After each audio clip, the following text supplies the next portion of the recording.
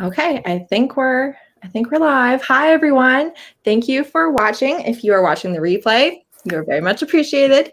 So I would like for everybody to introduce themselves, and also if you could just explain briefly where you're coming from with this, whether you're religious or what I your would like for religion everybody is. to introduce themselves, and also if you could just Now I know explain what I'm doing. Somebody didn't mute their background. Heather, close your window. Or mute your window at least if you still want it open. There you go. You're fine. It's all good. I thought it was me. I was like, I don't know how my voice is just coming at me. You're like, "Oh, no, stay here." too much. So who do you want to start, dearie? Do you want Shae, you go, then Izzy, then Mara. Okay. So I'm Shae. My channel is Shae Geeks Out. I read lots of manga and romance, but romance is on the other side of my library. So anyways, so yes, I am active in my religion. I attend church every Sunday. I'm a member of the Church of Jesus Christ of Latter-day Saints. I don't agree with everything from my religion. I'll be upfront and honest about that right there. But I still actively practice. Okay. Hi, I'm Izzy from Happy for Now. I am the heathen of the group. I was raised with no religion. I have been to church a handful of times. Only bad experiences. So that's interesting, I guess. And I would say that I am scientifically minded with a slight bent toward witchiness when it comes to my personal beliefs, if that makes sense. Mm-hmm. Yeah, I mean, I literally was talking about this with my therapist the other day, so I don't know that I have like a good label for me at this point. But in terms of my background, I'm Mara from Books Like Whoa. I actually have a master's in religion, and I am technically qualified to be ordained in a Protestant Christian denomination. So I definitely have had a major interest in this. I went to fundamentalist evangelical school from 1 through 12. And I would probably describe myself at this point as like Christian agnostic, which I know a lot of Christians would say is not a thing. But I philosophically still align with a lot of things from Christianity. But I would say the dogma is not something super relevant to me. Sometimes go to church, but I'm definitely in a deconstructed phase of religious life. Okay, so my dad is a pastor. We are independent Baptist, and independent Baptist basically tends to be highly conservative, but also they are independent. So one can be wildly different from another. Just because you walked into one doesn't mean that that's what they're all like. For instance, there's the crazy one in Virginia that protests funerals and stuff. I honestly don't know anybody that agrees with that. However, they are very religiously conservative and usually very politically conservative also. Yes. So, and I do still go to church every week, but also I'm a little bit trapped because my dad is the pastor and we rent our house from the church. And I just would like have to destroy a bunch of ties with my family. So I'm like, oh, well, we're just at church every week for right now. So that's where I'm at. So I wanted to talk about this because in different lives and stuff, we had talked about how, especially for those of us who read dark romance and are Christians, how those things tie in. So I figured we could maybe start with, the one that I think most people are going to immediately have come to mind, and that is, how do you read about sex and kinky sex all of the time if you are a Christian? Because those two things, when people think Christian, they tend to think married, missionary, lights off, think about England, you know. The rumor for my religion is that you do it through a sheet, so you're not even. I was gonna say, where's the sheet, Heather? Come on. Well, and TikTok has recently made me aware of a practice in Mormonism called soaking or parking. Which is, like that blew my mind. I was like, I think my fundy high schoolers would have liked to have known about that, I think. I would have. So religiously, where my religion stands on it is that reading about it is not encouraged, but it's not specifically discouraged either. They basically leave it to the person, and it's their personal relationship with God. I'm always going to feel that way. Like, you and God, or whatever power you believe in, it's between you and them and your partner if you have one. Like, if nobody has an issue, you don't have bad feelings, bad juju about it, you're just fine. So I didn't really read a lot of romance until I was an adult and I was married in my first marriage, which, yes, I'm divorced, which is also taboo in my own religion. So there you go. Yes, I, in my first marriage, it's a really kind of funny story, so I'm just going to tell it. So I was at work. I worked at a Great Clips for a number of years in my first marriage just because he was constantly in and out of work. I needed something stable. So I was working there, and somebody left Dark Magic by Christine Feehan at my Great Clips. So one of my fellow coworkers, she was older than I was, she read it, and she's like, Shayla, read this. It is so sexy. Like, I am hot and bothered sitting here at work reading this. You need to read it. And I'm like, okay, fine. I'm a happily married adult woman. What's wrong with me reading this? So I read it, and I was just like, oh, hello. There are some things that are really great about this, but some things that are so not okay about it either. There's consent issues in that one. So I'm just going to, with that particular novel, Christine Feehan, if you're going to have a problem with her, it's probably consent or alphaism, because that's just what she does sometimes. She blurs those lines. So we're trying to copyright. So that was like, and after I read that, like, I deep dove that Carpathian series. Like, I was just immediately addicted at that point. And I actually had a conversation with my bishop. That's what they call our religious, like our local religious leaders, about it. And I just said, now I've been reading these things, but I'm not like feeling bad about it. Should I? He's like, no, as long as you feel good about it, like, you should be fine. And having that confirmation from my religious leader just helped me know that no matter what, as long as I check in with myself, my partner, and, you know, I believe it's God, you know, my higher power, whatever. I'm trying to speak as broadly as I can here, but like, as long it's between the three of us. And honestly, my husband doesn't mind, because I come to bed excited and wanting to play, and he's all for it. So I say go for it, and it's not a big deal. But then again, I went on my personal journey to get there. So I felt like I had to share that part for it to fully like make sense. I do think like the studies bear you out there. So I actually ended up doing my thesis in my Master of Religion on romance, like Christian, like, well, they're called bonnet rippers instead of bodice rippers, like the Amish romances, and like what kind of like what function those tend to have in evangelical circles. But actually, like, there's a lot of studies that show that women who read romance routinely express like a higher satisfaction in their sexual relationships with their partners, and a more like a higher willingness to initiate sex with their partners. Well, let's say readers of secular romance, readers of religious romance actually tend to express less satisfaction in their relationships.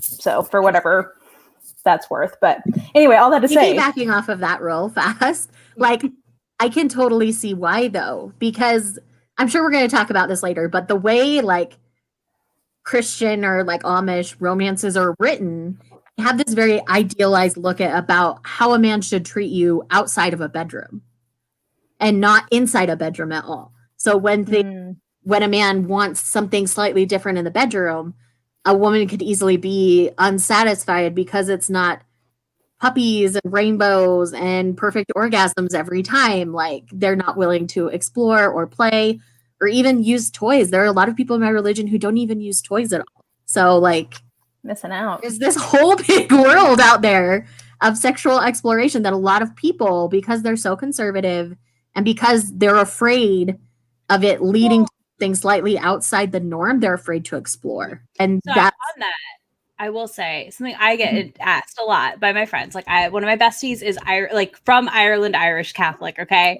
like hardcore.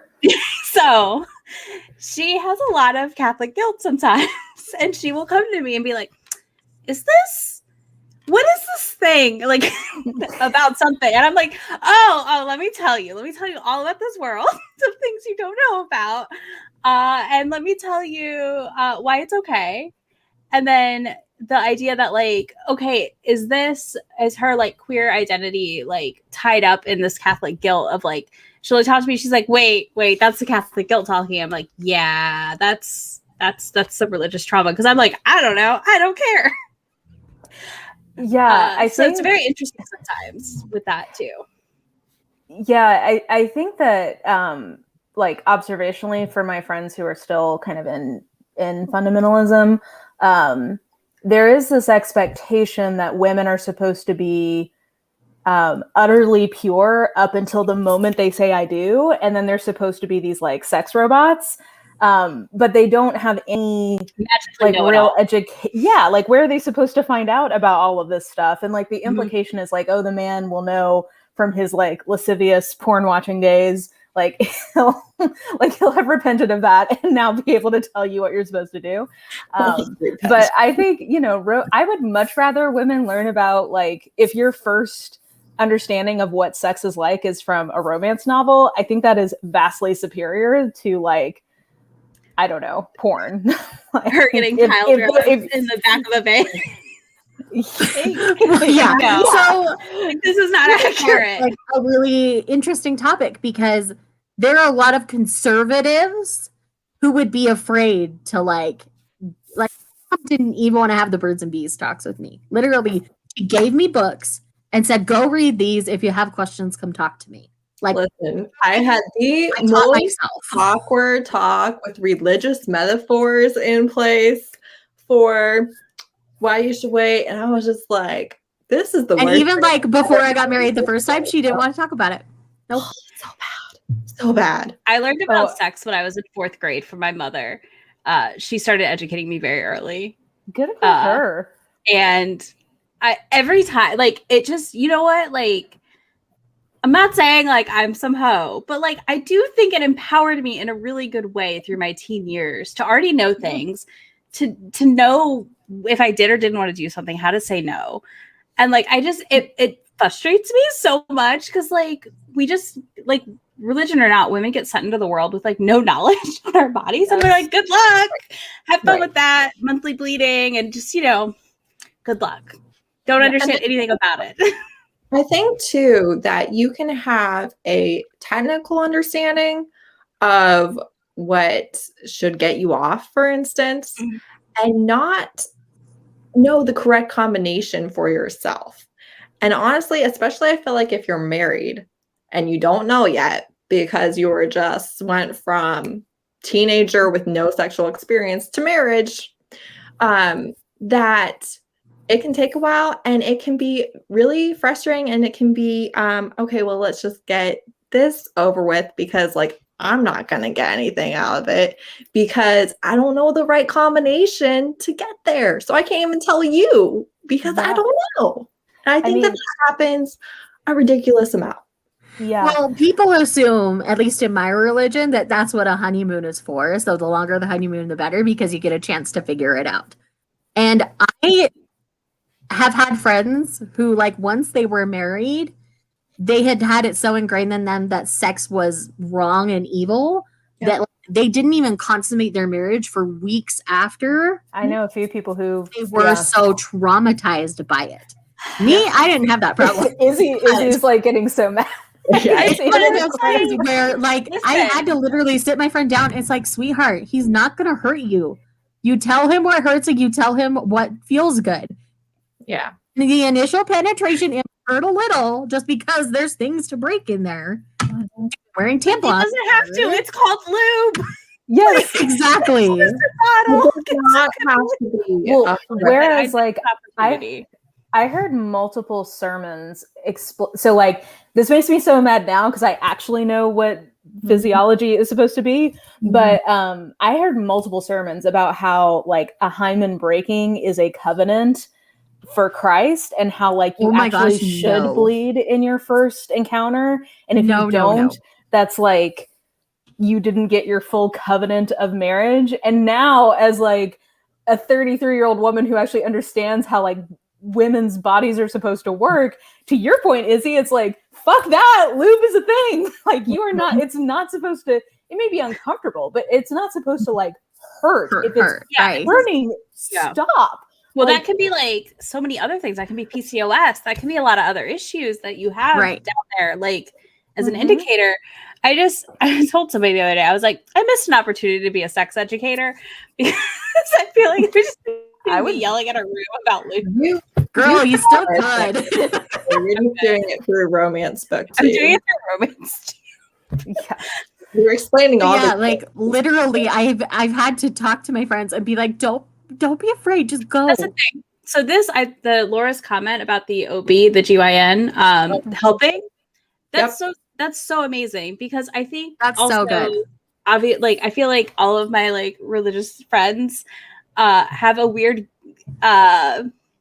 thing about masturbation, and you're very shamed for it and stuff. And I just think like I have friends who have almost teens, and they were talking about like getting toys for their teens, like once they were like getting older to let them explore. And I was like, you're a fucking genius. Yep. And they're not doing dumb shit like I was.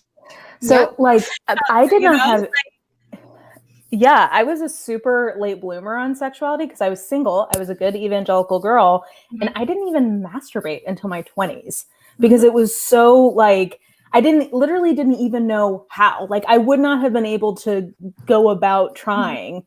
And it's because I was taught that was just like utterly sinful. Like I feel, anyway, I actually feel affinity for a lot of these heroines who are like virgins well into their 20s in romance novels. Cause I'm like, if you were a fundamentalist, you were right there, alongside them. But it's like really, it makes me very angry when I look back at my sex ed because it was all so shame-based. It was about like, it's not you're dirty, you're used. If you had been abused as a child, I heard somebody say that it's like if somebody breaks your arm, you may not have asked them to do it, but it's still broken. So you're not pure. And like that's the thing that frustrates me. You're going to have crazies, but if you are in a system that doesn't correct the crazies, that's where you have a problem. Like if they're not called out for that, then you're not in an okay system, Right. Yeah. And also, which is why I love what my church is doing now. Like they're much more open to discussing it because kids are talking about it really young now anyway. So it has to be addressed at church a lot earlier than it used to, just because kids are already talking about it. It's on the TV everywhere. Like kids are just going to talk about it. And so like who didn't have start the rumor having those discussions at church, but the way they're talking about it is not so much that it's bad and you're bad if it happens. It's that they're taking this stance of we believe it's sacred. We don't believe you should share it outside of marriage.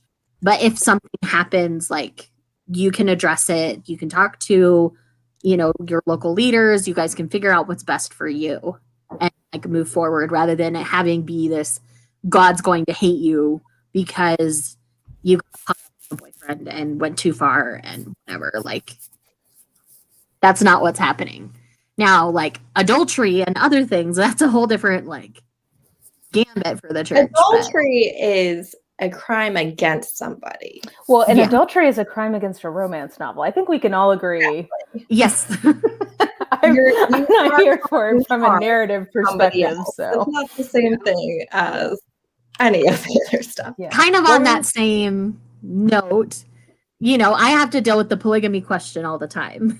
Oh, yes. So, like, I read menage romances and I enjoy menage romance. Do I want to live in a menage relationship? No. I am perfectly happy with my one partner and I'm going to keep it that way. But that doesn't take away the enjoyment. It's really good. Like, for me, watching someone, reading about somebody else in that kind of a relationship.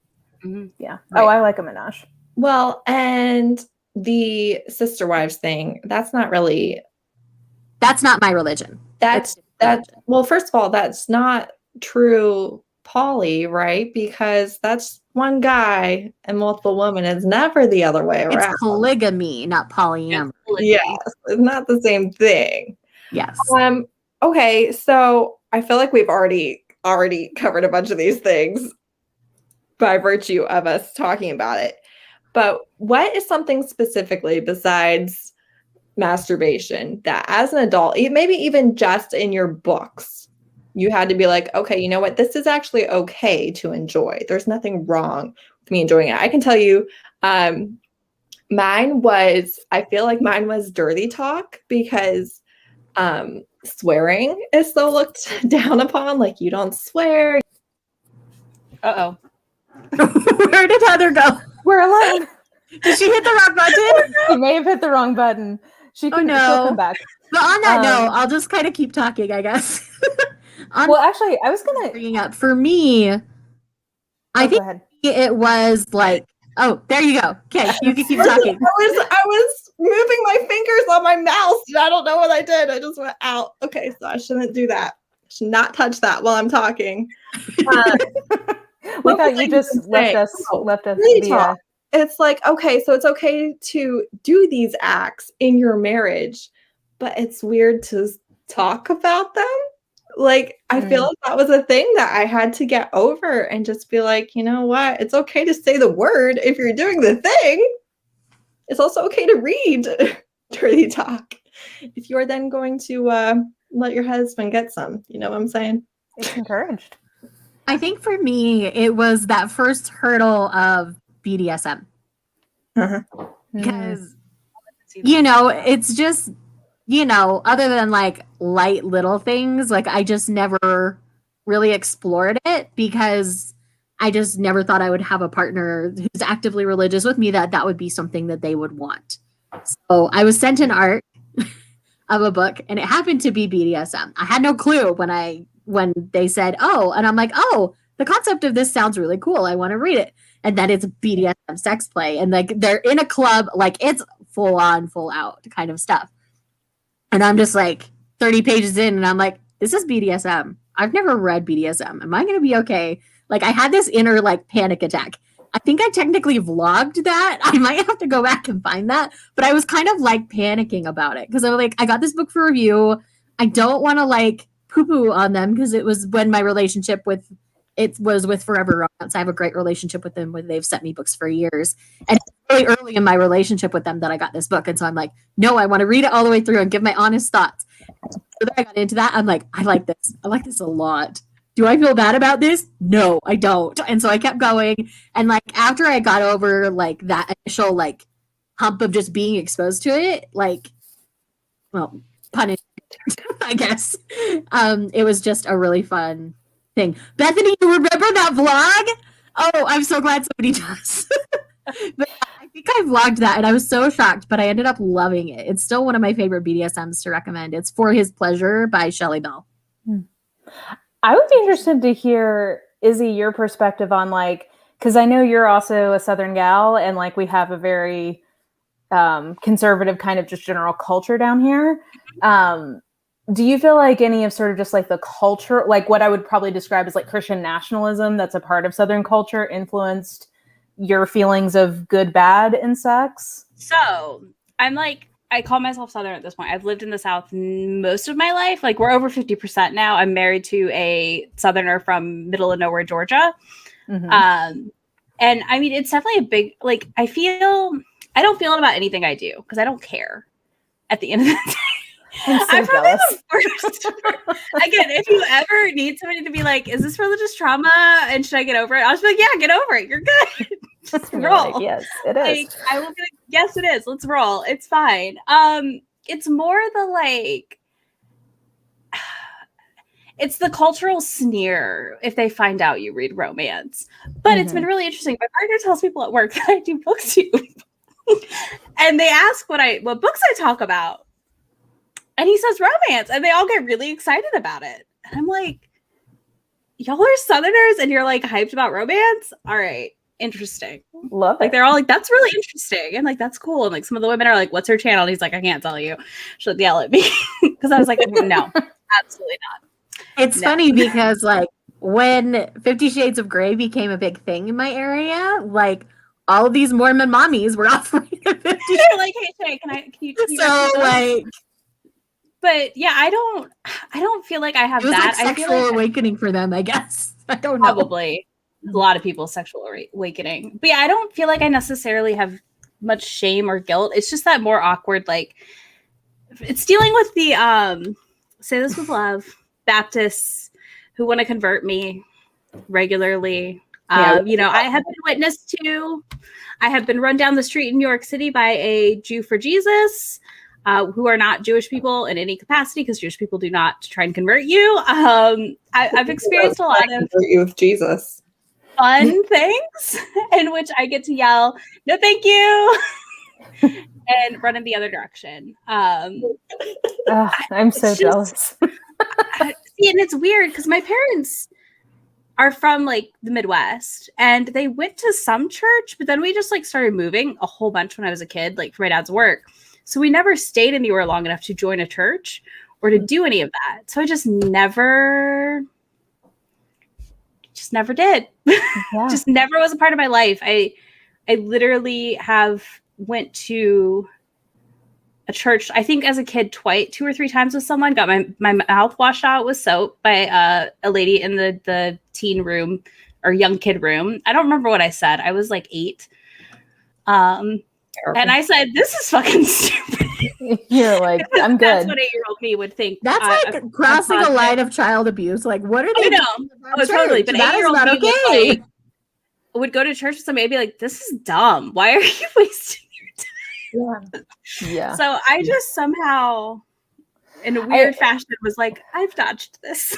Yeah. And I mean, you know, I don't want to imply, I know that religion can be something edifying for a lot of people in their life. I think totally. For me, it's been more of a negative than a positive overall. So I think that's just kind of my perspective. But I think somebody was even talking about, Miss Awesome Saucy was talking about like even just the idea of women having pleasure, I think was really transgressive to me and on some level when I first started reading romance novels, of like them being centered on the woman's point of view. And I mean, we all know a hero is not worth shit if he can't get his woman off. Like if he can't, you know, he's the bad guy.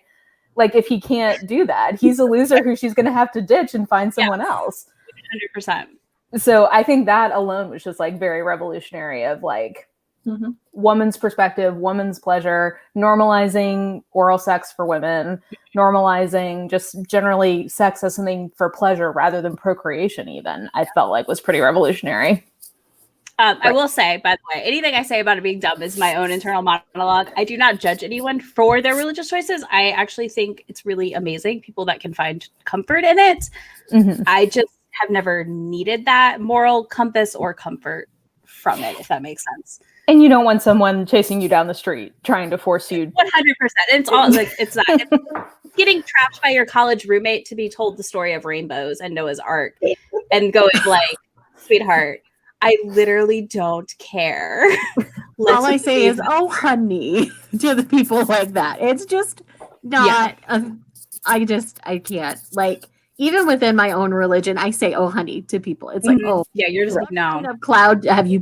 What bubble have you put yourself in? Because I live in a very like. Oh yeah, I can only imagine. It is primarily members of my same religion, but not all members of my religion are created equal. I basically behave more like someone who does not live in the state of Utah from my own religion, where I'm much more open-minded to things and other people. I mean, some of my dearest friends definitely don't even have the same belief system as me. And I don't even, like, a person is a person is a person. I treat everybody the same until they do something to make me not treat them good anymore because they're a horrible human being and I just ignore them now. So Justin was talking about the tolerant churches. I have found, I don't know if Mara, you found this as well being in the South, I'm seeing more and more churches that are actually becoming inclusive to LGBTQ and other things in a way that I never would have expected in my like 17 years in the South now. There's definitely more of it. I get nervous because I do feel like some churches, I think this is actually a really big thing in California, and I'm starting to see it here in Nashville a little bit, where it's a little bit of a bait and switch.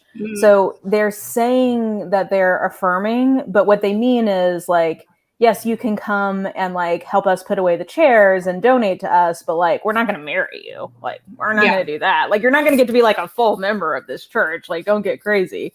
So I mean, I do think that there are, and I don't know about you, Izzy, in Nashville, there definitely are churches. I would say like yes, they are affirming, progressive places, but I would also just like I would frankly tell. I've been to very few churches where I would feel comfortable bringing somebody who was gay or had a certain job or. Yeah, I could see that. I just am surprised. Yeah, my religion is very much a pray away kind of mentality, which is dumb. Yeah. Oh yeah, does not work. Let me tell you, doesn't work. No, it doesn't. And the harder you fight it, the harder they'll push back later. Anyway, just love them and embrace them for who they are. I think religion is easily extrematized. We're making that a word. And it's also easily weaponized. It's and I think that I have my own theory about this, but obviously many religious women are encouraged to stay at home, raise kids, homeschool, not homeschool, whatever, but they're stay-at-home moms.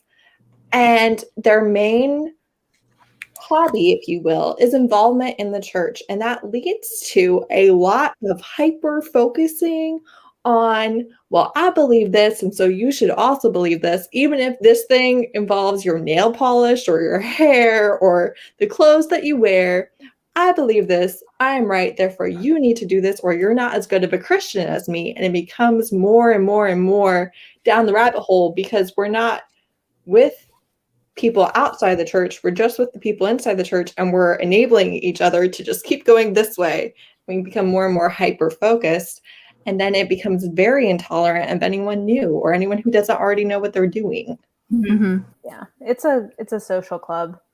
Yep. And therefore can be pretty. The amount of comments I've gotten on my hair through my adult years is disgusting.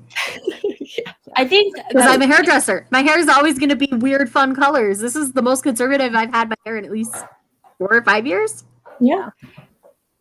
I forget about the social bubble of the church. I think that's the part, honestly, as a non-religious person that I miss. I live in the bubble. Like I live in the Mormon bubble, and I won't deny it. I do. Because I would move places, right? And you didn't have that group that all the kids had that were in the youth group or whatever.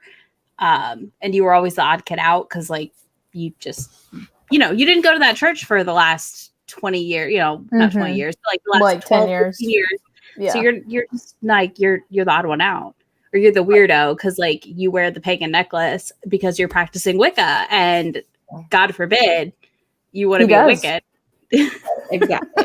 I know. Exactly. Then they're all like, "Oh God, you're gonna send us all to hell," and I'm like, "No." Which also, could I just say that I love we're having this conversation like 2 days after Lil Nas X dropped his video, because like that has been my new hobby is watching people freak out on Twitter, and I'm just like, if you genuinely think that this video is turning your kids gay, just put on WAP right afterwards. Right. Like, why are you letting your kids watch this? First of all. My husband and I were talking about this at supper, and I was like, it has replaced WAP as the most controversial song. And, I was like, and you know what?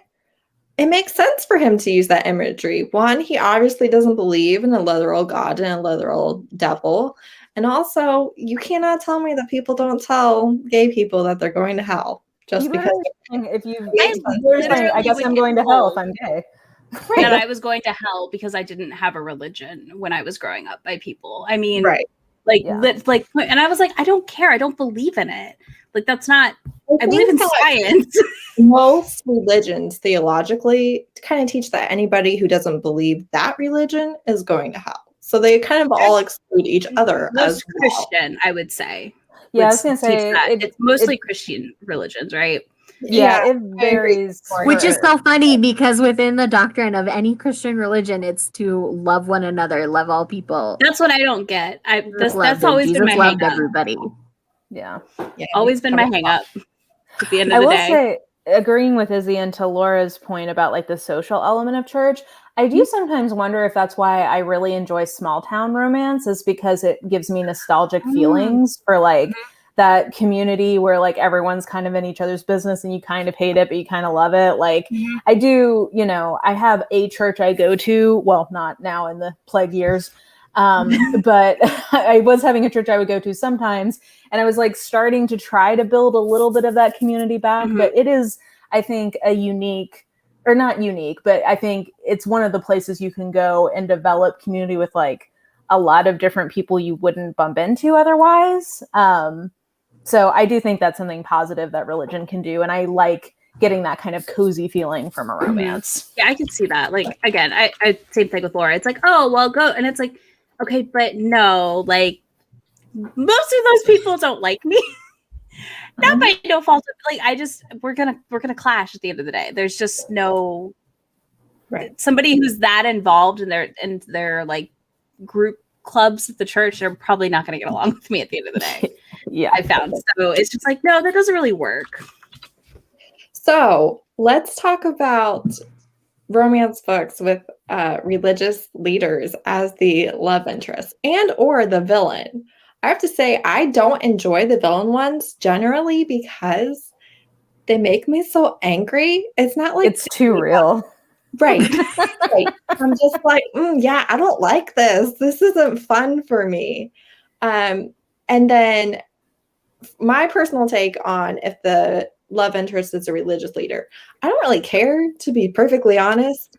What I don't like, I read one that I really disliked because it was saying like, it was a little bit of a smutty novella. And so it was a little bit creepy, stalker, over the top anyways. And he was a priest and it was an age gap and she's the 18-year-old virgin. You know how is this Jessa Kane? No, this one was Mink, which is very... Oh, I've read that one too. Yes. And it's like the whole sentence though was like, God has ordained that she's going to be my holy fuck and stuff. And I'm just like, you know what, this is weird. I don't like this actually. Yeah, for that that one creeped me out because of the power dynamic. And that tends to be my issue in general with ones where the religious leader is the love interest is like, I don't know. I mean, I don't want to get too deep into this, but I have experienced what I would describe as spiritual abuse. And I think for me, it's like, this is not sexy.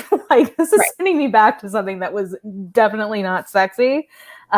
So yeah, I had conflict. I appreciated the kind of ballsiness of that particular novella. Like, I feel like she like committed to it and went there. Really did. But I think for me, I just out right now. Yeah, well, I mean, it's Jessa Kane level in terms of its like that craziness, but taboo, and then saying that God ordained it. That feels like spiritual abuse, and that I think is.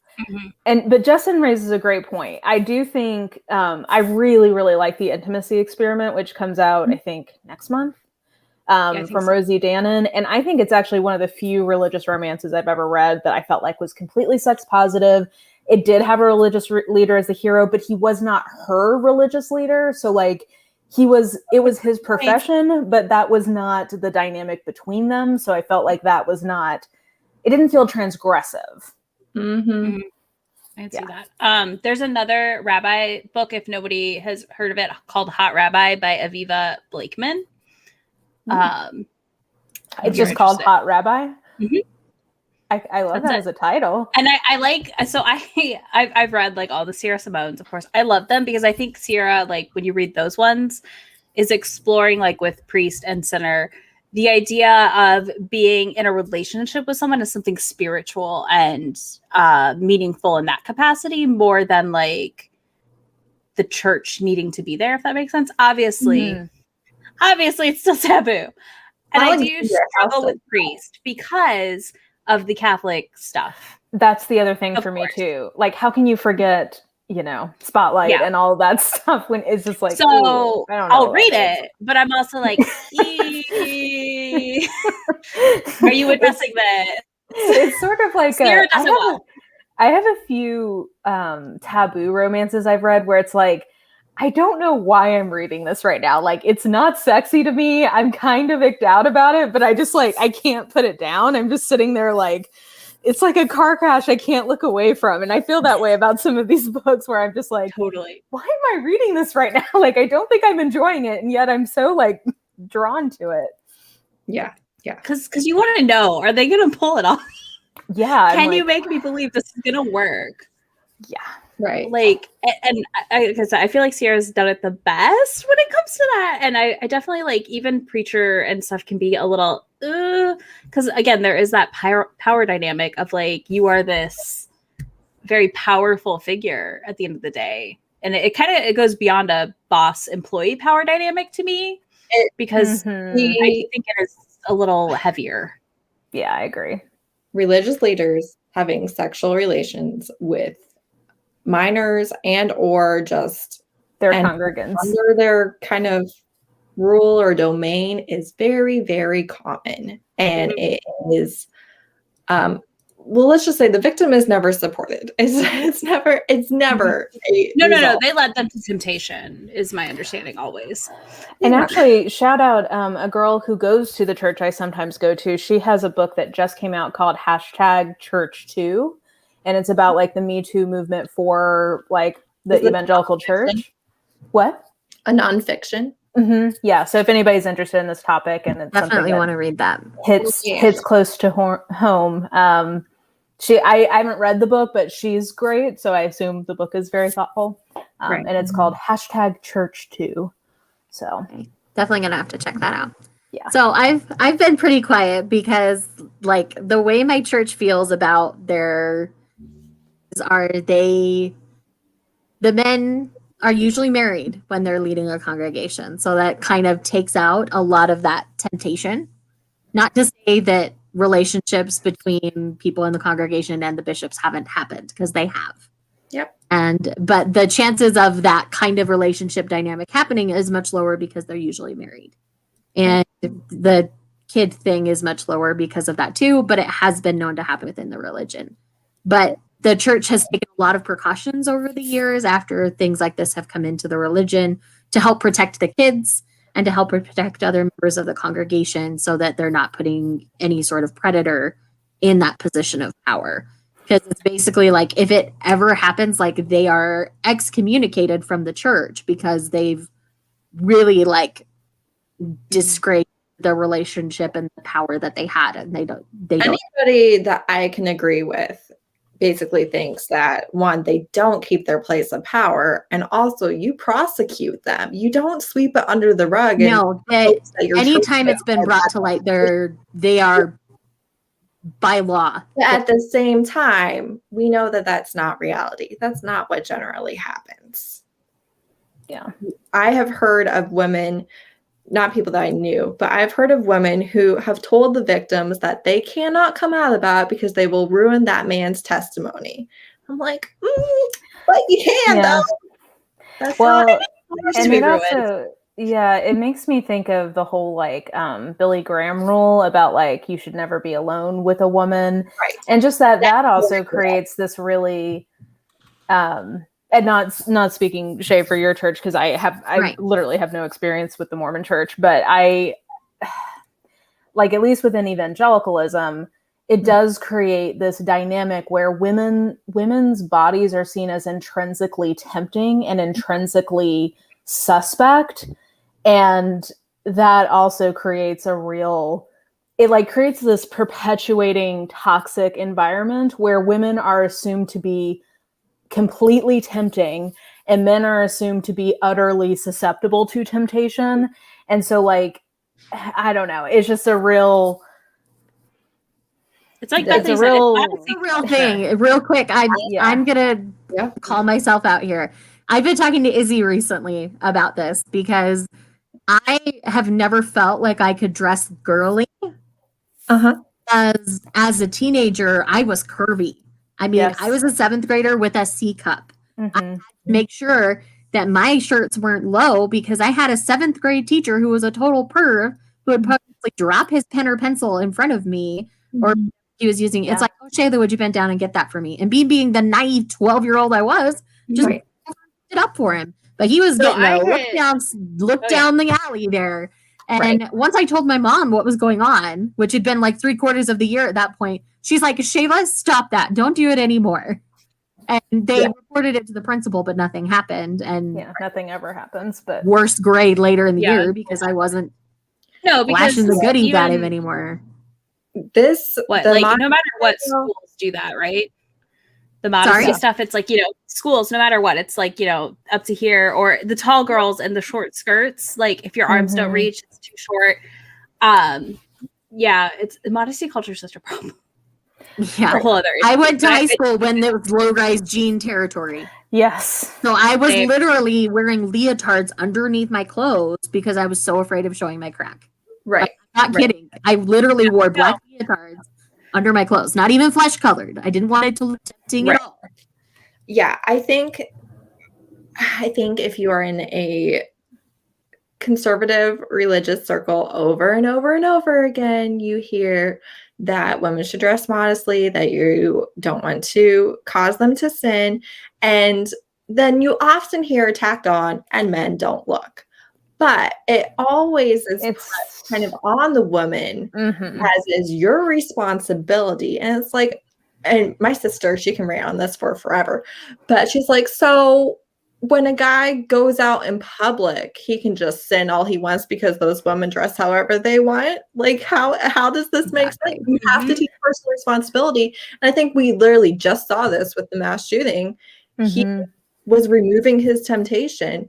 And granted, most people are not going to go down that route, but the weak-minded who are told over and over and over again, they need to not tempt you. Yeah.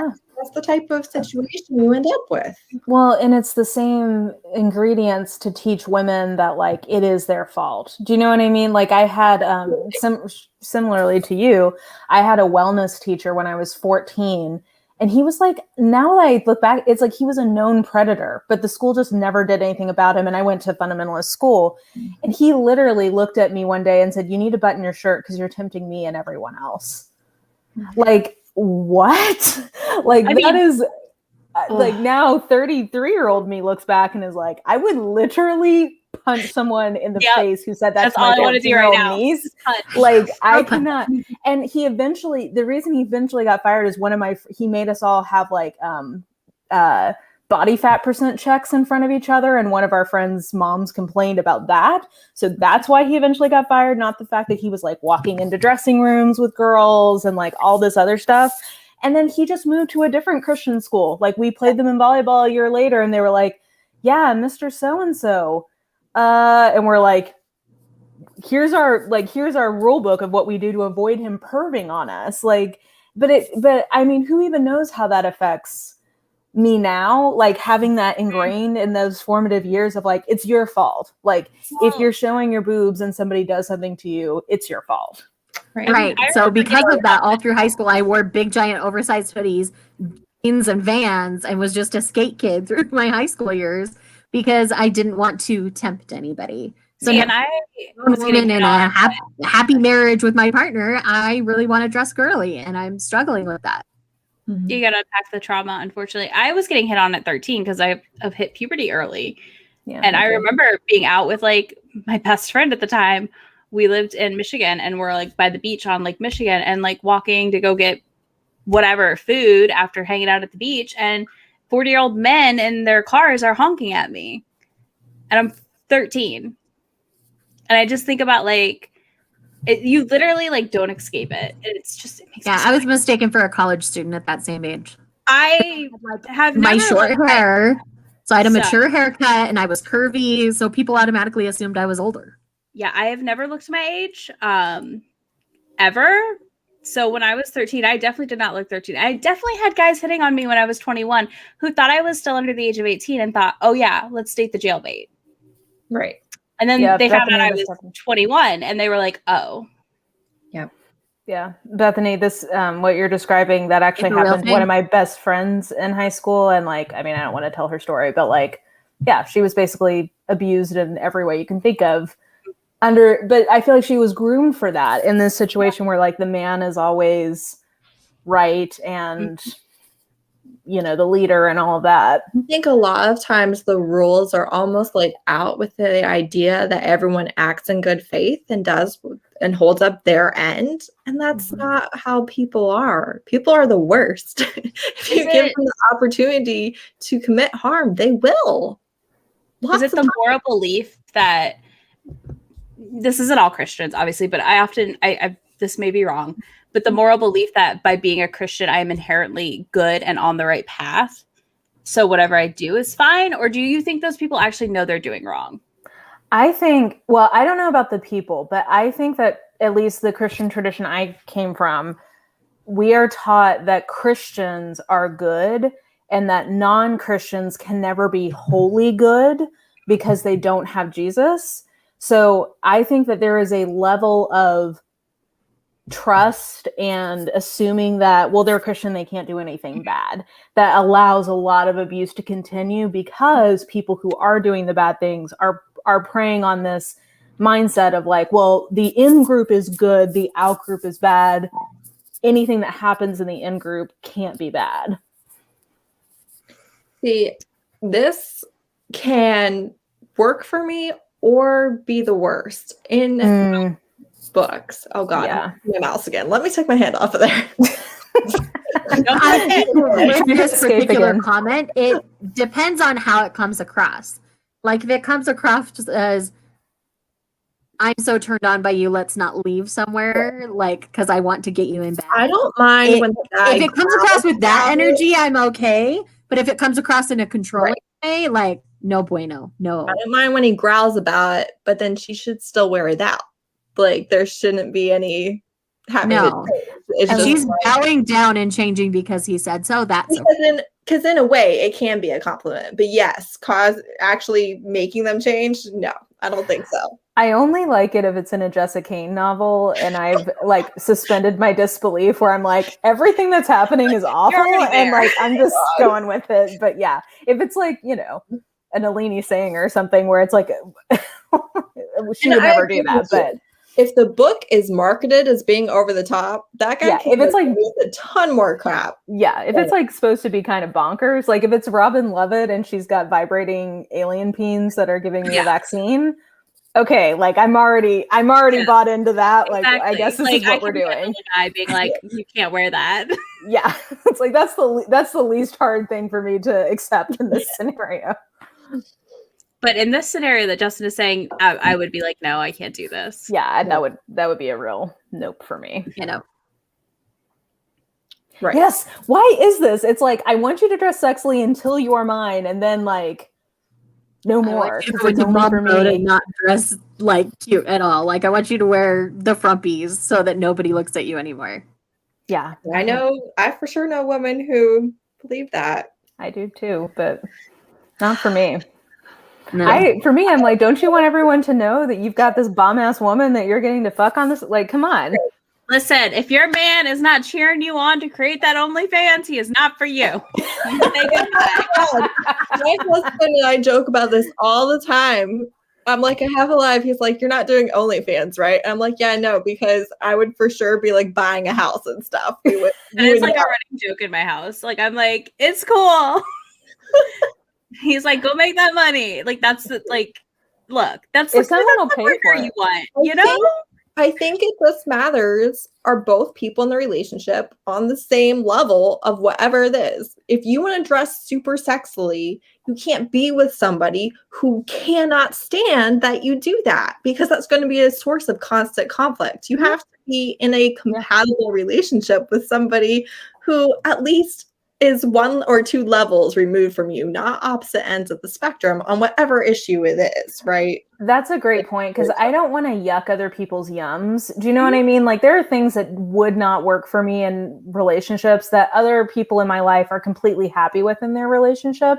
Mm-hmm. And as long as it's not getting into the realm of being actually abusive, like even if it yucks for me, they think it's yummy. So like, okay, you do you, like live life, prosper, you know? Right, exactly. Like this is always my stance. And I tell people when they tell me they're in like an unconventional relationship, I just say, hey, I'm going to tell you how I feel about partnership in any way, shape, or form. I'm like, I'm going to cheer you on and root for your happiness always.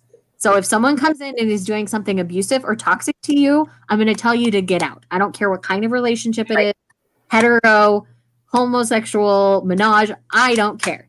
I will get in my car and come get you. Step in and be like, this is not okay. Get out.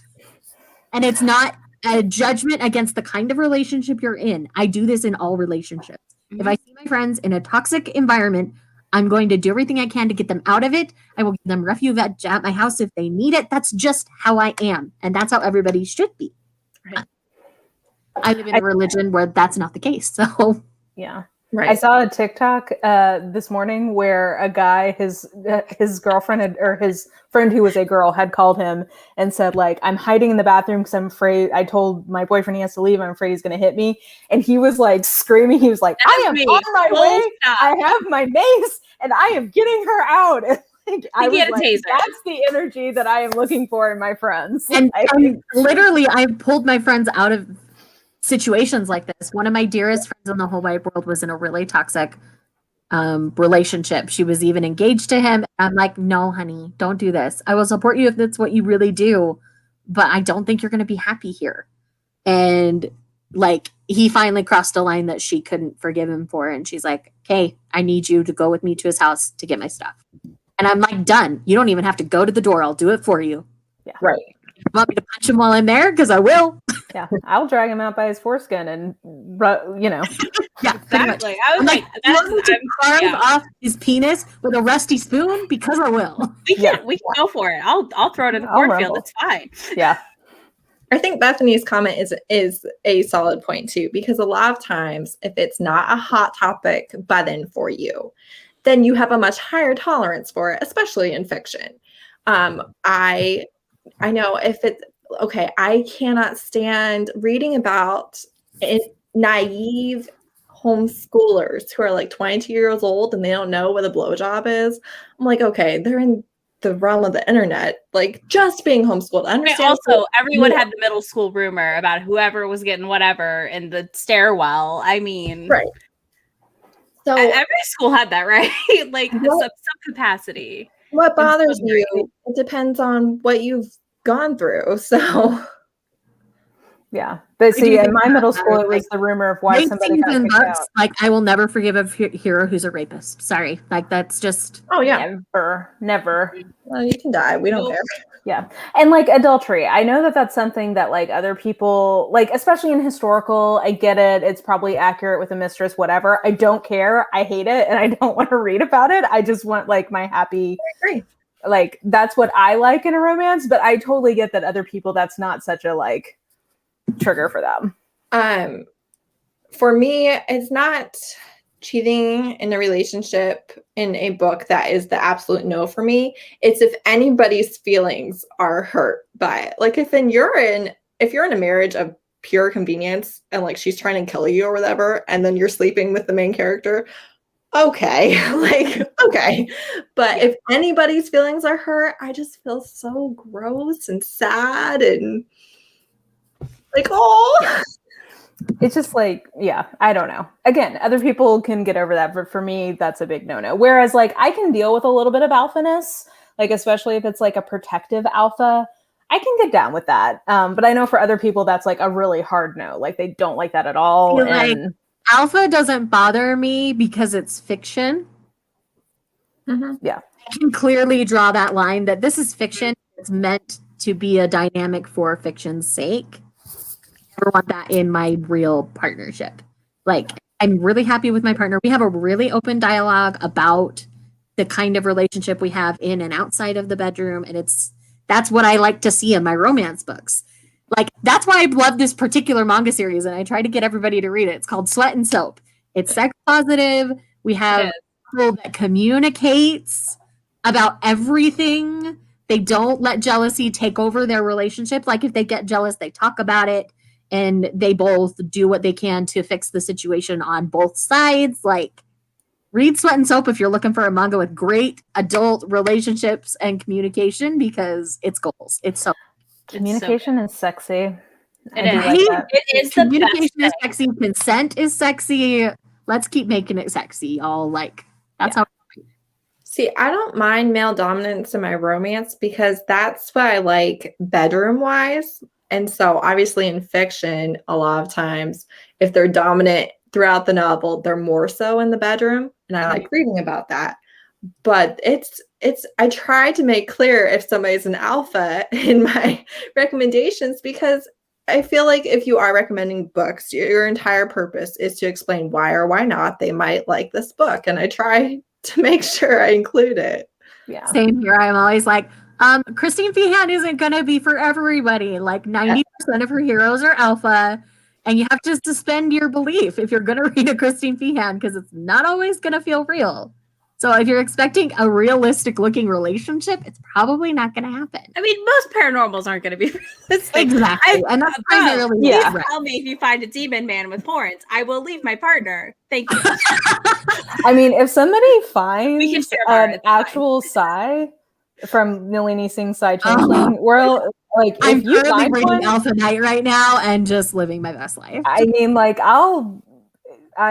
done. Like, we can go to the courthouse, or if he's not into that, that's okay too. Whatever he wants, because like that's enough for me. Watch me comment. Yeah, I know Bethany likes those betas. Well, I think for me, I'm so assertive. I like men who are assertive, so like it works for me. But I get it. If I want an alpha hero, it's because I want him to be worthy of her, not because I want like everything to be focused on him, or like she never gets what she wants. But like, I've talked a lot about how I like chicks with swords and like assassins and stuff. And I'm just like, well, they can't marry some stupid accountant. Nobody likes accountants. No offense. Hey, I have an accounting degree, so all down. You're so much smarter than me. I realize who I'm talking to. I was like, you're insulting my partner right now. Wow, very rude. Also, I keep bringing up TikTok. I'm sorry. I love TikTok. But I do love that meme on TikTok of like saying that you're an accountant when you're a sex worker. When people ask you what you do, it's like, I'm an accountant. Nobody asks you. Very careful who you tell you're an accountant. It's true. Yeah. You got to be like, I actually work at a place where accountants work. He's like, I'll talk to you about cost roll productions. And I was like, yeah, okay, they're going to know. You're good. Yeah. Talk to them about first in, first out, and they'll be, well, actually, no, maybe not. That might get misconstrued. So he'll be like, this thing about costing, and they'll be like, what? Yeah. Okay, see, not OnlyFans. I think the good thing about alpha romances too, if they're done right, is he's either not going to mess up, or he's going to epically apologize for messing up. And men aren't real good at that. I love a grovel. See, I love an alpha who's totally gone for his woman. Like that alpha mellow dynamic is what I live for. I agree. Like, let him be a marshmallow for his woman, but let him be fierce and protect her. Like, yeah. Like, I don't let him dominate her in the bedroom. And like beat him up, or like a dragon or something. No, I don't. I want him to be able to take them, but then he better worship the ground she walks on. He better not make her cry. He better just be amazing in every way. Yes. My fellow accountants in the room. What? Bethany. And see, I love the nerdy programmers. That's who I'm married to. You guys are so weird. Give me a nerdy programmer who's a little bit alpha, and I'm a happy girl. If you want a submissive man in a romance novel, though, If She Says Yes by Tasha L. Harrison is like the best book I've read in forever. It gave me physical butterflies. I was like, oh my God, this is so hot. And he's younger, like she's 55 and he's like 32, and he's her son's best friend.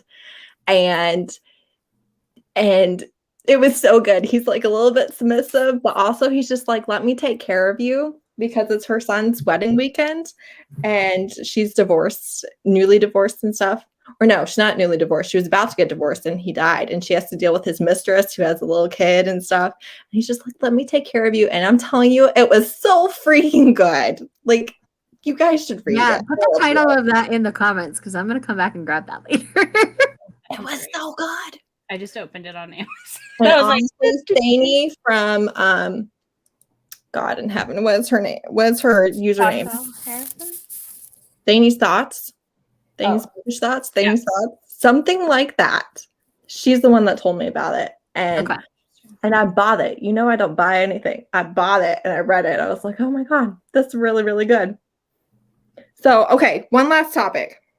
And then we're going to be done. Okay. Okay. I want to specifically talk about the idea that romance novels give you unrealistic expectations in your real life marriage and or relationship, and therefore are not healthy and or spiritually frowned upon. Well, I will say, going back to that study I mentioned, the reason that evangelical women who read inspirational romance tend to be unsatisfied with their partners if they read them is that it sets in. So basically, within evangelical traditional ideas of gender roles, men are supposed to be Jesus. So like basically these inspirational romances are setting this expectation of a man who is kind of perfect usually, and like he's like the spiritual leader who like guides the heroine and is like, so in that context I actually do think that inspirational romances set a bad expectation for women of what actual real humans are like to have a relationship with. So I don't know that that's a wholly unfounded critique for some communities. Now, secular romances, it's an unrealistic. I think that women finding men who are so ready to administer cunnilingus may be a realistic expectation for reality, but I don't think that should be unrealistic. Like, I think that y'all should are be dating the wrong men. Is Yes. all I have to say. If that is an unrealistic expectation, yet again. Yes. Like find a better person to date, basically. So like I'm okay with people having their expectations set of like mutuality, like he should get you off, he should care about your pleasure. Like if those are your standards, like awesome, let's stick with that. Yeah, I agreed. Let's just say the lack of caring about my pleasure is a big part of why I got divorced the first time. Good for you. Proud of you. I think so interesting because like obviously I have to unpack like the patriarchy, misogyny, like ingrained worldness from romance often, but I've never had to unpack the like religious aspect of that as well on top of it. But for me, it's always been about the empowerment in romance that I like. And like when people like try and shame me, I'm like, but give me another genre that like features women being happy, not being murdered. Yep. Or just like, you know, just like kind of there, like retreating into their body somehow magically. Like, I don't understand what's unrealistic about that, because like, why wouldn't we be happy? Why shouldn't we be happy? And once again, why shouldn't you have a partner that it mutually does things with you that there's an exchange for, instead of just, you know, okay, you're going to go down on me, but no, you're gross. Sorry, sir, but I am way cleaner than you are. Yeah, I was going to say, like, have you seen what you're working with here? Like, I don't want to hear it. I am confident. Mine cleans itself. Thank you very much. Yeah, mine's a self-cleaning oven. Yours is a sweat factory. Yeah. You know, and this is a good point too about romance being where you see women be happy. It's also a great way to see any marginalized group be happy, whether that's a BIPOC individual or somebody who's just not cis and straight, or someone who isn't conventionally pretty or isn't conventionally sized. If they are the main character or the love interest in a romance novel, you know you're at least going to have some happiness as opposed to straight up fiction. Right? Yes. 100%. Women being happy, women changing their life to be happy. Like, it is, romances are so revolutionary, and they have this kind of guise of like, you know, middle-aged mom reads them, but it's like they're doing some real work. I love the patriarchy. Yeah. I think the biggest reason people say that is because some women don't have the sense to realize that, you know, like sex sports or like unconventional positioning in a sexual relationship, like those kind of things do take some time before both people are comfortable with that, unless you know that going into it. Like you've had a conversation before you get in bed together, like who do BDSM together. Usually they've had a conversation about it before they're anywhere near a bedroom talking, like going into those. You don't even. So I think that's where that line gets blurred and why people think it's unrealistic. But I think it depends on the kind of romance you're reading at the same time. Like, where they're very clear with the conversations and some where they just jump in. And, you know, I just think if you're reading romance, you understand that conversations need to happen before you expect the world of your partner.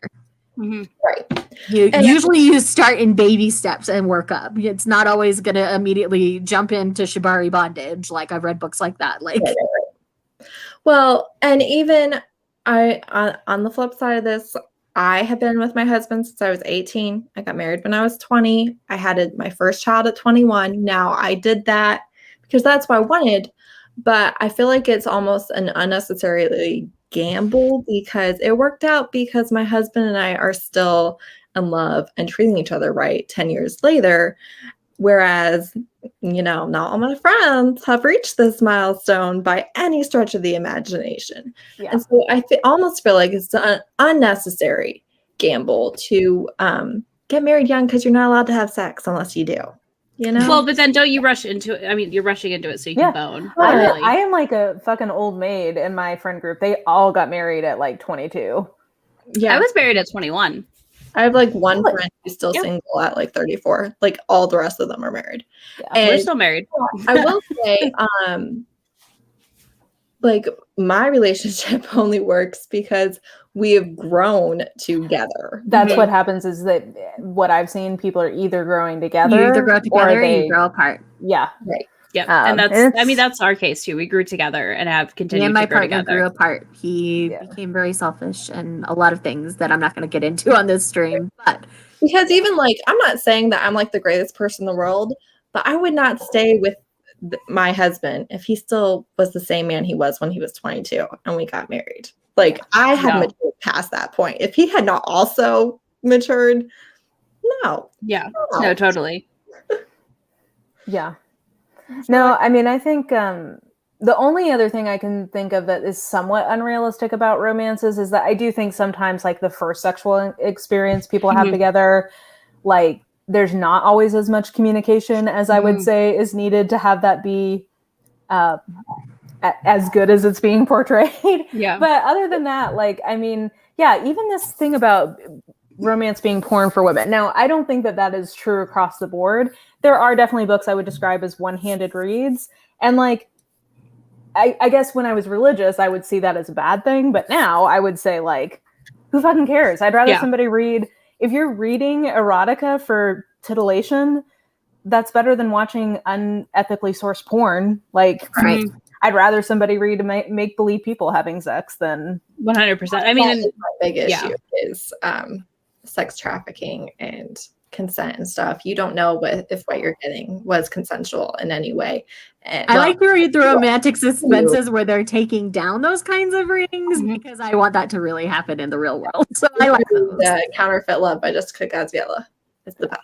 Everybody's liking the one-handed read. I mean, it's true though. Like some books are just one-handed read, and that's okay. Like, who cares? And you know what? The idea that any man would be against romance novels just boggles my mind. Because let me tell you, reading a romance novel is 900 million times more likely to get me in the mood than taking care of my kids all day. I know so many women who had kids and then got into romance, and it has rejuvenated their sex life. Yeah, because so much of it is mental. It's hard to go from all of your to-dos to 100%. Yeah, let's have fun. Like, I mean, something to have your brain switch. I survived a deployment thanks to romance novels. Mm-hmm. Not gonna I'm what else are you gonna do? And we're in quarantine. Like, God bless romance novels. Like, I mean, it's just, I'm not catching COVID. I'm staying safe and getting mine. It's great. Yeah, it's I don't know. There's so many great uses for them beyond sex education and one-handed reading. Yeah. Mm-hmm. I feel like I get secondhand embarrassment watching people, whereas, and by people, I mean like watching rom-coms, I'm just like, oh God, you're so stupid. Don't say that. And but in a romance novel, it's like, okay, whatever. I'll just roll with it. It's fine. I do have to be honest and say there are certain words, like when I read them in a sex scene, that it totally just pulls me down. I can't deal. But like a turgid rod. See, that doesn't bother me as much as some of the others. They're basically like derogatory terms for a vagina. Like, I don't care. Oh. It feels insulting to me. I just can't get over the that. C word. Cunt? Yeah, mostly the C word. Oh, see, I think That's the biggest one. Favorite cuss. So I'm sorry. Talia Hibbert is rough. That's why I've never given her books a solid 5-star because I can't. Oh, I love. Oh, She's see, British though. They're like always that like word. 4.5. Take out that word and they would be 5 stars. Oh, I love that word. It's my favorite. Yeah, I know a get lot so of people love uncomfortable. it. I can't handle it. It pulls me out of the scene. It takes me out of the moment. like pussy is okay, but the C word is my preferred like dirty talk word. It just feels like it's, Old English, short. Like To the it feels point. like cock and the C word are like they just feel Yeah, like they it go like together. pairs nicely. Yeah. I particularly love when it's described as velvet. Either remember, and I'm like, no. It's like, do you have some sort of like illness, ma'am or sir? Like that is not the right texture why for would that area. Fuzzy. Just a soft fuzz. Yeah, I mean, if I'm reading Ruby Dixon, where the aliens are literally like blue suede textured, okay, fine. But See, like a in my human area, man's people use cock that should as not an feel that insult way. for women, so that's why I have an issue. Yeah, with that word. I get that. I I'm all think about for reclaiming me, things. Yeah, It depends on the character. Is it a paranormal? Is it a motorcycle club member who obviously is going to use lots of language that is not complimentary towards women? Is it a pastor? I mean, I generally don't read those, to be perfectly honest with you. But like, I feel like as long as their dialogue fits their character, okay. Oh my gosh, Laura, yes, that's triggering to me too. Do we? Oh, yeah. That Yeah, feels, no. It's like sweaty, that's not sexy. I No, personally go take a prefer- shower. I prefer moist over dewy. I know that might be a minority position, but moist doesn't really bother me. But dewy is like Heard Dewey in a book. really. God. Oh, So especially for like her core. I feel like it's often referred to as I was like, dewy. I thought it was usually like her warm heat or. I mean, Yeah, that's usually yeah. what I get in what I end up reading. I don't feel like I've noticed. Now it's all I'm going to see. So thank you. Yeah. I would tell you a couple, but I feel like it will ruin you every time because it's like complaints that other people have said, and now every time I read it, I'm like, oh. Sheath is a good one. It's not Sheath, a sword.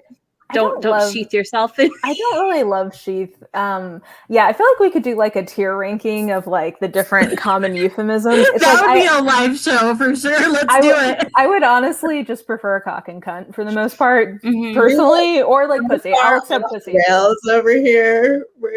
We're just like We're just screaming people people's talking about. Yeah, poor Heather is getting demonetized. I think on this. I'm not monetized yet. I'm Oh, okay. Perfect. We can be extra rowdy. Let her rip. really say Yeah. anything you want. I don't care. And Nicole's Scott- comment is great. I love it. I'm taking it. Yeah, that's me too. I I'm only like, have so much bandwidth. that's how I feel about bitch too. I'm like, I use it in a like, I'm a bad bitch. I'm reclaiming it. Yes. Almost every word, truthfully. We actually use that as a joke in our Yeah, house. I thank tease him you. and call my husband a son of a bitch, and he says thank you because he doesn't get along with his mom. But who picked this book? Thank you. Because who wants something velvety in their hoo-ha? Exactly. Yeah, no, that thank is- you. You would never get a vibrator that was like velveted texture. Yeah. That's weird. I Sorry. actually genuinely hate the texture of velvet. Yes. Okay. And mushroom and bulbous is the worst. I But hate Oh it my gosh. so much. That grosses me agree. out. I just like I don't know what else you would call it. Like call it a dinosaur. I'm gonna get weird about it. Like I just like There's just nothing wrong with saying dick or cock or yeah. Just I don't need a lot of details. Like I don't need to hear about Right, the y'all. vein.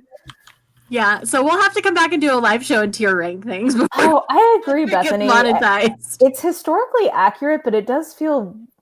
It just I don't know. I don't love it. Yeah, because and little kids do add that E sound to every word. Uh-huh. That weirds me out. I prefer Quim as the old timey reference. See, to, Quim I like. of all the Quim. Yeah, Quim that's is my fine. preferred. So I think we voted that Mara's going to have a live in which we rank we gotta do it on your Euphemisms. channel, Heather, because We're all monetized. We gotta do it here.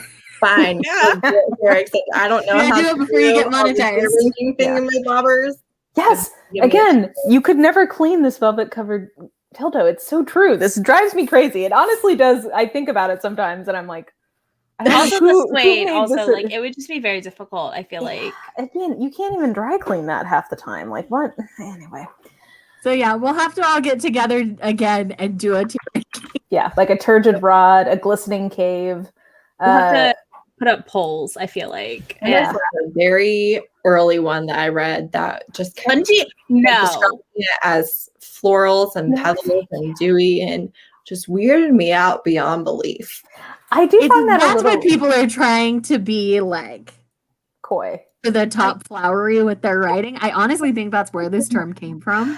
Yeah. I hate it. Is like being very floral with your writing is from romance novels that use like flower terminology to describe a woman's parts. Like silk, I can silk makes way more sense. Yeah, that doesn't pull me out as much. I'm not imagining some sort of like diseased fuzz. Diseased. No, the new STDs out, guys. It's a diseased fuzz. We are educated. You know, am I the only one of us who's single? So I can report back on if I see diseased fuzz in the wild. I am dead. I will 100% hear about diseased fuzz from somebody I know that's single. Oh my God. My partner would be getting a phone call. They'd be like, guess what? Google this. And I'm going to be like, no. Don't Google it. Oh, God. Oh. Well, I feel like we covered a lot of ground tonight. We did. We did. I agree. Any last thoughts? Because we do need to wrap up. For your journey with romance should be your own. Don't let anybody tell you what you should read and what you shouldn't read. You need to explore it. 100%. Yeah. Cosign. I feel like that's a good. Yeah. Agreed. Come talk to me if you need me to yell at you if it's trauma, religious trauma, or if it's the patriarchy. I can usually tell you if it's one or the other. Okay, somebody just mentioned pulsating meat. I saw that and I'm like, the worst thing I've ever read with my eyeballs. Like, I don't know. Sponging head was really bad. Yeah, sponging head was pretty terrible. Okay, yeah. We're gonna brainstorm this like tier ranking. It needs to happen so we can all at least laugh about it. We have to watch a tutorial and then I'll help you, Heather. I feel like we need to crowdsource from all of our different romance reading buds because like I think if we could get a list of from like Bree reads a lot of those older ones, I bet she could find some like really great like purple prose from the 90s. Mm-hmm. Oh yeah. I'm not wearing this shirt, just so you know. I'll wear the water one. The water sports, water works, whatever. Where the shirt? What's the water I would totally we were talking. People ask me about it. Okay. And I'll just say, oh, it's velvet. And then let them think so what they want. On a live, I was on with Tamika from Library of Tomes, Mara. There's a book that has water sports in it that we didn't know about. And somebody didn't know what that was. Accidental. This and she, I think, I don't remember if it was me or Tamika. One of us went, where's the urine? Oh gosh. Justin has the best idea. Let's have a competition to find the most cringe prose. I mean, they're out there. But they already do that in like fiction. I want this shirt so much. Mara has I'm literally in discussions with the designer to make it because I want it. So stay tuned because it will be personally explained. Yes. And Bethany has already done the work to figure out which merch shops are like size inclusive. So I just can steal her good work. Yeah. And we'll go from there. Yeah. Yeah, because she has new merch. Yeah, Bethany has new merch. So yeah. Very cool. Okay. Let me just make sure that I have all of these because I'm super slow at the moment. Yeah. Water sports is something that it's too much for me in a romance, but you know, you do. It was one of those like ones where you didn't know it was in there. Yeah, that's and so Tamika made a design. It's a person on a jet ski because I was watching the live, not because actually. And it says in cursive, "Where's the urine?" But it looks like "Where's the wine?" Yeah, it's so good. I had a genius idea. I was like, you gotta use cursive. So you can wear it in public, and people will be like, "What does that say?" You'll say, "Where's the wine? Where's the wine?" Water skiing wine. You gotta take the jet ski to the wine as quickly as possible. Yeah.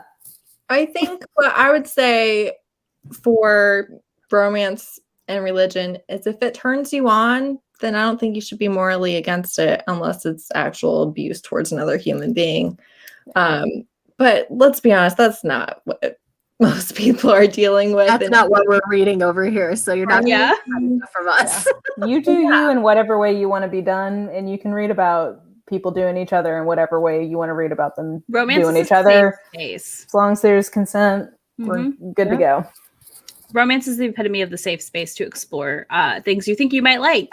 Yeah. Because before you go try BDSM, maybe read some books. Maybe read a book. Yeah. Maybe read a few. Maybe not 50 Shades of Grey, but no, read a different one. Come talk to me. Yeah. Read some got books. you. We'll give you good recs. Yeah.